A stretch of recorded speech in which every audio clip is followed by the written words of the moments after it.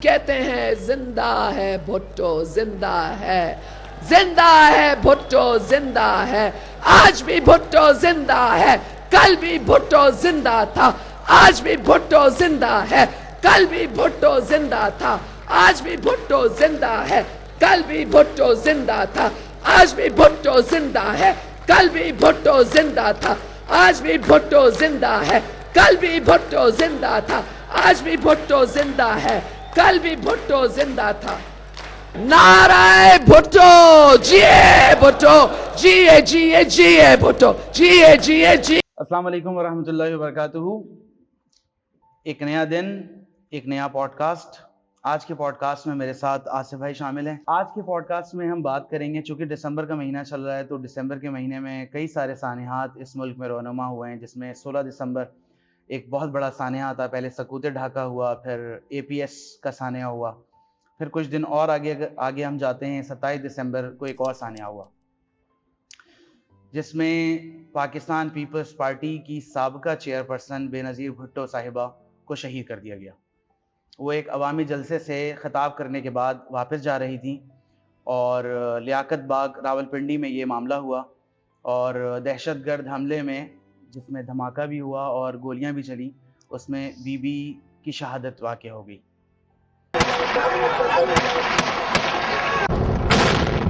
इस बारे में हम आसिफ भाई से भी राय लेंगे और कुछ अपने तजुर्बात जो उस दिन हमने फेस किए, उस दिन हमने देखा कि आम लोगों की ज़िंदगी में उस दिन का कितना बड़ा इम्पैक्ट था, हम उसको भी डिस्कस करेंगे। आसिफ भाई, 27 दिसंबर 2007 बीबी की शहादत में से हैं जो कि मतलब मुझे ज़ाती तौर पर मेरे बड़े दिल के करीब हैं। उनमें उनके लिए जो इज़्ज़त रही है और जो अब तक है वो एक अलग है। ऐसा नहीं है कि वो सिर्फ एक वाहिद एक सियासतदान है, और भी कई ऐसे पॉलिटिशियंस हैं जिनकी मैं बड़ी रिस्पेक्ट करता हूँ, लेकिन उनमें जो मोहतरमा का नाम है ना, वो एक बहुत बड़ा, मतलब मेरे लिए ज़ाती तौर पर तो बहुत है। उनकी एक रिस्पेक्ट है, एक इंसानी बशरी कमज़ोरी अपनी जगह, सियासी उनके फैसलों से, क्योंकि एक जब इतना बड़ा पॉलिटिशियन होता है तो वो उनसे बहुत सारे फैसले करता है। इंसान हर फैसलों से इख्तलाफ तो नहीं करता और नहीं हर फैसलों से इत्तेफाक करता है, तो कई फैसलों से बहुत इत्तेफाक भी और कईयों से इख्तलाफ भी है, लेकिन उसके बावजूद एक बहैसियत पॉलिटिशियन मुझे वो बहुत पसंद थी और अब तक बहुत पसंद है। आज भी उन्हें बहुत याद करता हूँ। और 27 दिसंबर का सानिया जिस वक्त होता है, उनके असैसिनेशन ने वाकई मुल्क को एक ऐसे डगर पे ला के खड़ा किया कि मुझे लगता है कि शायद वहाँ से ऐसा लगता है कि शायद एक डाउनफॉल वहाँ से शुरू होता है। बिलखुसूस इन्फ्लेशन का रेस जो है ना, वो उस दिन की शहादत के बाद, उनकी शहादत के बाद जो पूरे मुल्क में हुआ है, जो शरपसंद अनासर ने जिस तरह से एहतजाज के तौर पर पूरे मुल्क को जिस तरह तबाह किया है, वो तो फिर भुलाए नहीं भूलता। सबके अपने अपने तजुर्बात होंगे। मैं तो जानना चाहूँगा यार कि आपके भी क्या तजुर्बा, कहाँ थे उस वक्त? हम तो ज़ाहिर है, हम तो एक ही कोचिंग में थे, एक ही जगह पर थे। मैं उस दिन मुझे याद पड़ता है कि मैं तो अपनी दादी को लेकर यहाँ कराची में नॉर्थ नाज़िमाबाद सैफी हॉस्पिटल में एडमिट था। अच्छा, दोपहर के वक्त हम गए, अब्बू साथ में थे, चाचू थे और मैं था, दादी को लेकर हुए एडमिट हुआ। उन्होंने कहा, चेकअप के लिए गए तो उन्होंने कहा नहीं ठीक है, उनको ड्रिप लगाना है तो एक काम करें, एक दिन एडमिट कर लें। हमने कहा चलिए ठीक है, एक दिन एडमिट कर लेते, कोई ऐसी बात नहीं है, तो कल उनको डिस्चार्ज कर देंगे। अच्छा, ये रुकने की बात हुई कि कौन रुकेगा, तो 4 बजे तक तो सब थे। उसके बाद कहा कि यार रात का वक्त है, एक रात है, आसिफ तुम रुक जाना। मैंने कहा ठीक है, रुक जाता हूँ, कोई ऐसी बात नहीं है। अच्छा, उस दिन मैंने कोचिंग की छुट्टी कर ली, लेकिन आप लोग तो थे उधर कोचिंग में, विजिलेंट में सर इरफान के पास। और फिर तकरीबन 7 या 8 बजे के करीब ना एक अजब सी एक अफरा तफरी का माहौल एक शुरू होता है। अभी तक पता नहीं है कि हुआ क्या। अच्छा, इस तरह ना सोशल मीडिया था, ना इस तरह मोबाइल फोन थे, वो जो था, जो टीवी इलेक्ट्रॉनिक मीडिया से जो आना था वही आना था। अब होता ये है कि अचानक से उस अफरा तफरी में क्या हो रहा है, और होते होते जब मैंने, अब ज़ाहिर उम्र भी बहुत कच्ची उम्र थी, डर भी लगता था, पहली दफा ऐसा राइट तकरीबन जिंदगी 17 में। साल पुरानी बात है ये। हाँ, अच्छा, उसके बाद और उससे पहले भी शायद हमारे बचपन में 92 का ऑपरेशन हुआ, 97 का ऑपरेशन हुआ, हम छोटे थे, हमें नहीं पता चला, लेकिन ये वो वक्त था जब हम एक अच्छे खासे हमने होश संभाल लिया था, सब कुछ समझ सकते थे। उस वक्त जिंदगी का होने वाला एक ऐसा सानिया जो फिर भुलाया नहीं भूलते हैं, कि वो अचानक से वो हमने जब पूछा, मैंने कहा, जब पूछने लगे कि हुआ क्या लोगों से, तो एक वार्ड बॉय था, मैंने उससे पूछा, मैंने कहा यार क्या हुआ, अचानक खैरियत तो है? वो कहता है यार कि लियाकत बाग के अंदर जलसे में नवाज शरीफ और बेनज़ीर दोनों को बम से उड़ा दिए उस वक्त। हाँ, दोनों को उड़ा दिए। अच्छा, इतनी वो बात मुझसे अभी हुई ही है, अभी इतनी ही बात उसने बताई है और इतनी ही देर में देखते हैं कि फिर जो एम्बुलेंस, अच्छा इतनी ही बात के बाद, उससे पहले तक इतनी आवाजें नहीं थी, बस उसने ये बोला है और मैंने फिर पलट कर मैं खिड़की की तरफ गया हूं कि मैं बाहर जरा देखूं हो क्या रहा है। उसके बाद जो एम्बुलेंसेस चलना शुरू हुई हैं और उसके बाद जो एक शोर शराबा जो पूरे शहर में उस वक्त जो मैंने अफरा तफरी। अफरा तफरी।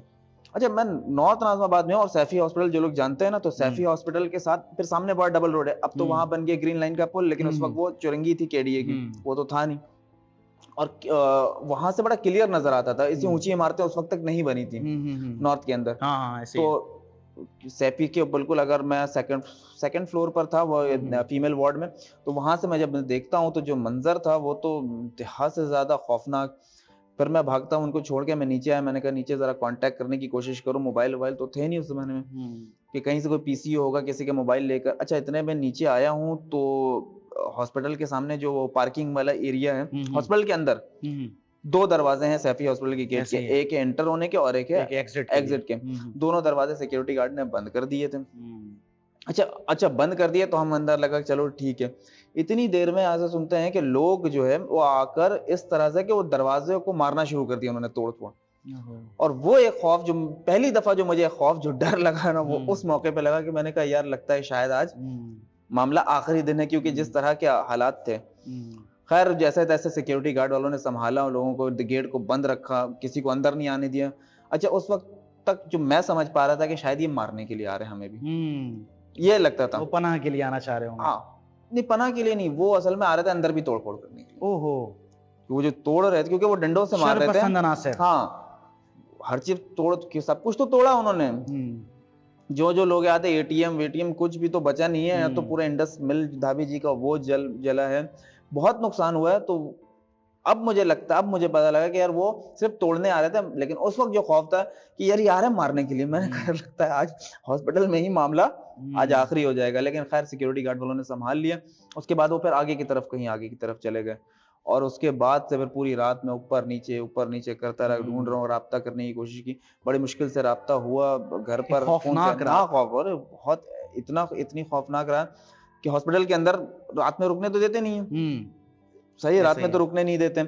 ऊपर से अगर आप फीमेल वार्ड के अंदर तो वैसे ही है, मगर वो वाहिद एक दिन था जहां मैंने वो रात एक फीमेल वार्ड में गुजारी है। थोड़ा सा टॉलरेंस उन्होंने दे दिया होगा। थोड़ा नहीं, बहुत टॉलरेंस दिया, सबको खौफ था उस दिन, तो काफी टॉलरेंस मिला। और जो वहाँ की हेड नर्सेस थी उन्होंने भी कोऑपरेट किया, उन्होंने कहा ठीक है बेटा यहीं रह जाओ। उम्र भी कम थी, बंदा ट्रैवल करके किस तरह से जाएगा, उनको भी डर था, उनको भी बताना था। लेकिन एक बात और मुझे बड़ी कि यार हॉस्पिटल वालों ने, जो डॉक्टर्स थे, जो नर्सेस थी, अपने काम से पीछे नहीं हटे। ये एक बात मुझे बड़ी अच्छी मुझे याद आती है। उस वक्त तो कुछ होश नहीं है, ये मैं अब याद करके बता रहा हूँ कि यार मुझे ये चीज बड़ी अच्छी लगी। उस वक्त तो होश नहीं, उस वक्त तो बस जान बचाने वाली बात है कि यार हम सेफ रहे। उम्र कम है, कुछ आइडिया तो कभी तो देखा नहीं ऐसा कुछ, जब देखा तो फिर तो होश ही नहीं। अब समझ पाया हूँ, एनालाइज करता हूँ इन सबको, कहता ना चीजें जो बिखरी हुई थी जहन में, अब जब सबको समेटता हूँ तो पता लगता है कि यार क्या, किसने क्या किया, कौन क्या करना चाहता था। तो अब तक मैं समझा कि हॉस्पिटल वालों के ये एक सलाम है कि उन्होंने अपना काम जारी रखा। रात वहां रुके, नर्सेज वहां रुकी, खवातीन, छोटी बात है, सोच कर देखो हमारी बहन हमारे घर से कोई हो, कैसा एक मामला होगा कि यार जो हालात थे सबके लिए अनएक्सपेक्टेड थे बिल्कुल, और उनका वो काम बड़ा अच्छा था। मुझे ये बड़ा जानना है कि भैया आप कहाँ थे उस दिन? यार आपकी एक बात में थोड़ी सी करेक्शन करना चाहूंगा मैं। 2007 में हमने मैट्रिक किया था, तो उस वक्त हमारा कोई विजिलेंस का मामला अच्छा, हम 2008 में, हम 2008 और 2009 की हमारी बात है जो हम विजिलेंस गए थे। तो 2007 में जब ये मामला हुआ ना आसिफ, तो मैं टीवी के सामने बैठा हुआ था। अच्छा, हाँ, तो क्योंकि हुआ रात में 8 बजे, जहाँ सेंटर वेंटर से तकरीबन, हाँ तकरीबन 7 बजे की बात की कहानी है ये, जो भी मामला हो रहे थे।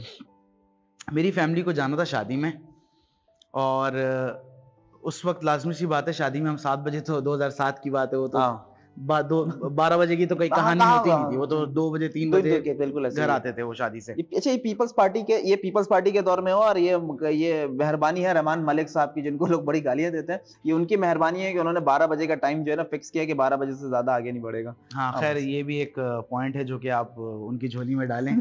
सही बात है। खैर 2007 की ये बात है, तो मैं टीवी के सामने बैठा हुआ था और ये टिकर चलना शुरू हो गया कि लियाकत बाग में दहशतगर्दी का हमला एक हो गया। अच्छा अभी तक ये पता नहीं है कि अभी तक ये क्लियर नहीं हुई है बात, सिर्फ हमला हुआ है, चूंकि लीडर बहुत बड़ी थी लीडर ना, बहुत बड़ी थी। कोई भी एक ऐसी खबर जो फौरन चल जाए धमाके के बाद के इस सानिया में ये शहादत हो गई है, तो ये बड़ी प्रीमैच्योर सी चीज होती है। सही। खैर पहले तो ये खबर नहीं आई, लेकिन सर लियाकत बाग में दहशतगर्दी के हमले के बाद ही मतलब यही बहुत बड़ी खबर थी। ये खबर थी, मतलब बीबी की क्योंकि सबको शहादत एक बात की बात है। कारसाज में भी एक मसला हुआ था सर, जब बीबी कराची में लैंड हुई थी, ये अक्टूबर को हुआ है। हाँ, जब ये लैंड हुई थी तो शारा फैसल के ऊपर एक अलग हमला हुआ था, लेकिन अल्लाह का शुक्र था कि वहां पर ये मामला रोनुमा नहीं हुए थे, शहादत का मामला नहीं हुआ था। खैर 27 दिसंबर 2007 को ये मामला हुआ, टीवी पे टिकर चलना शुरू हो गया। मेरी बहनें थी सब कोचिंग में पढ़ने के लिए गई हुई थी। अब जब ये मामला देखा उसके बाद एक खबर चल गई कि इस सानिया में जो है बीबी की शहादत हो गई है। उसके बाद तो फिर घर वालों ने बोला जाओ लेकर आओ बहनों को। सर ऐसा लग रहा था कि लोग चल नहीं रहे थे सड़क के ऊपर, बस दौड़ रहे थे, भाग रहे थे। सर लड़के छोड़े, लड़कियां दौड़ रही थी सड़कों के ऊपर, क्योंकि गोलियां चल रही थी, मुखालिफ सिमतों से गोलियां चल रही हैं, गाड़ियां भाग रही हैं। मैं जल्दी जल्दी कोचिंग सेंटर गया अपनी बहनों को लेकर, मैं भागते हुए घर आया हूँ।